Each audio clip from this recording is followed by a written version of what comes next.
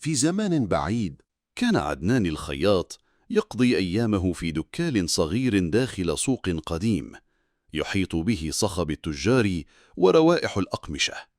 ورث المهنة عن أبيه، لكن داخله لم يكن يشبه أولئك الذين يمسكون بالخيط والإبرة بثقة.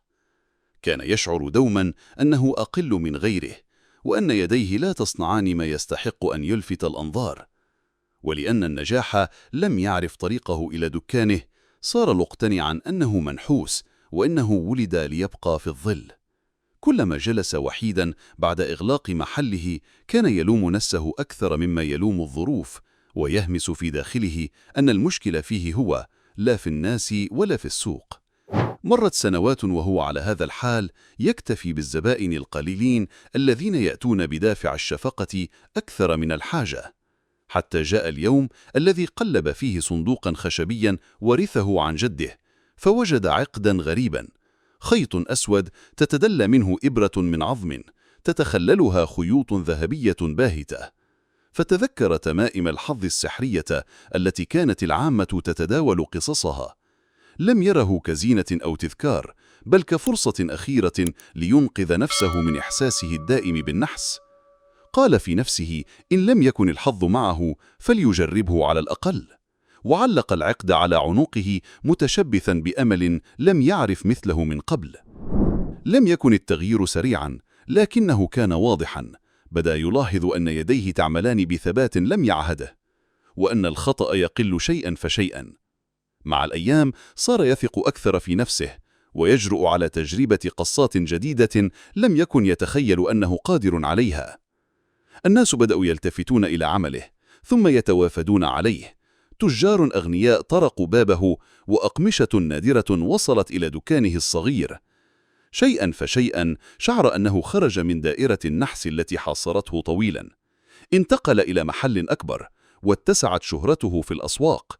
صار يتحدث بثقة لم يعرفها من قبل، حتى بدا وكأنه شخص آخر. لكنه وسط هذا الصعود أخذت مصائب غريبة تطال بعض من ارتدوا ثيابه. تاجر فقد تجارته، وآخر أصيب بمرض خطير، وثالث ضاع كل ما يملك في حادث غامض. في البداية حاول إقناع نفسه أن كل ذلك صدفة، لكنه في داخله لم ينسى العقد، وظل يربط بينه وبين ما يحدث. السنوات مرت وهو يعيش بين نجاح خارجي يتوسع، وصوت داخلي يهمس أن ما بناه ليس نابعا من نفسه، بل من خيط عظم غريب يتدلى على صدره. وذات ليلة باردة التقى رجلا مسنا، كان أحد أوائل زبائنه بعد ارتداء العقد.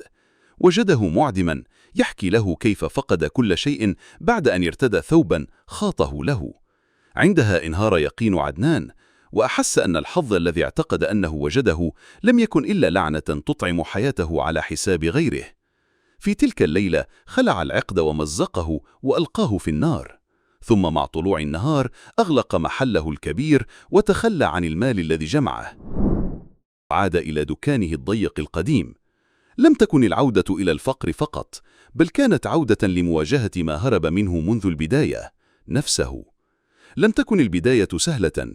عاد الشك يراوده من حين لآخر، هل هو حقا قادر على النجاح وحده؟ لكنه هذه المرة قرر أن يواجه خوفه بدلا من البحث عن تميمة تحميه. مع مرور الوقت وجد أن يديه، رغم كل ضعفه السابق، قادرة على صنع الجمال إن منحها الصبر والإصرار. ومع السنوات استعاد مكانته في السوق ببطء.